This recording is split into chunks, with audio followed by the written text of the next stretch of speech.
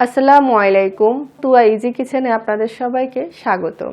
দেশে এবং দেশের বাইরে থেকে যে যেখান থেকে আমার ভিডিওটা দেখছেন সবাইকে অনেক অনেক ধন্যবাদ। আজ আমি সিম্পল একটা রেসিপি নিয়ে আপনাদের সামনে হাজির হলাম। আশা করছি আমার রেসিপিটা আপনাদের ভালো লাগবে। চলুন মূল রেসিপিতে যাই। তো এখানে আমি 5-6টা কাঁকরোল নিয়েছি।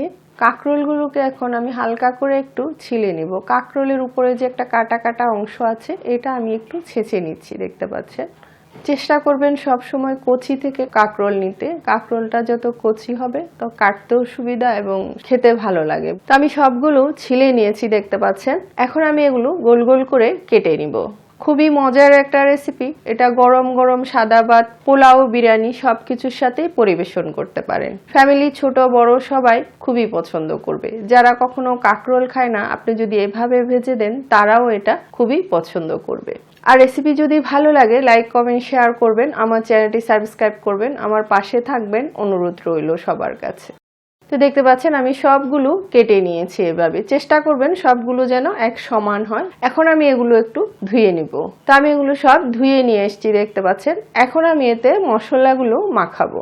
হলদির গুঁড়ি দিয়ে দিলাম 1/2 চা চামচ, মরিচের গুঁড়ি দিয়ে দিলাম 1/2 চা চামচ, ধনিয়ার গুঁড়ি দিয়ে দিলাম 1/2 চা চামচ, লবণ দিয়ে দিলাম 1/2 চা চামচ, চালের গুঁড়ি দিয়ে দিলাম 2 চা চামচ।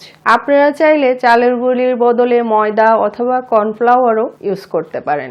এখন আমি এগুলো মেখে নিচ্ছি ভালো করে। প্রত্যেকটা কাঁকরোলে যেন মশলাটা লাগে এভাবে করে এগুলো মেখে নিতে হবে। তো অনেকটা ড্রাই হয়ে আছে, দেখতে পাচ্ছেন, চালের গুঁড়ি দেওয়ার কারণে। তো আমি এখানে এখন একটু সামান্য পানি দিব। এটা দিয়ে এখন আমি আবার একটু মেখে নিচ্ছি। আর এই চালের গুঁড়িটা দেওয়ার কারণে মুচমুচে মুচমুচে একটা ভাব আসবে। তো মেখে নিয়েছি, এখন আমি ভাজতে চলে যাচ্ছি।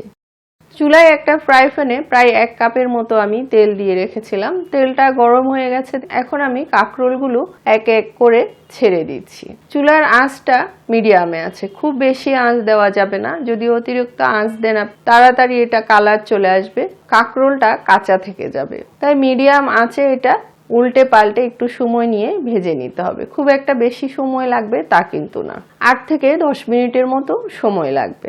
3-4 মিনিট পর আমি এভাবে উল্টে দিচ্ছি, দেখতে পাচ্ছেন। যখন দেখবেন এক সাইডটা একটু হালকা গোল্ডেন কালার এসছে তখনই এটা এভাবে উল্টে দিতে হবে। বিশেষ করে আজকাল বাচ্চারা সবজি খেতে চায় না, এভাবে ভেজে দিবেন, দেখবেন এমনি এমনি খেয়ে নিবে। এটা এত মজা হয়, খুবই পছন্দ করে বড় ছোট সবাই। তো দেখতে পাচ্ছেন কি সুন্দর একটা গোল্ডেন কালার এসছে। তো এই পর্যায়ে আমি এখন এগুলো উঠিয়ে নিচ্ছি।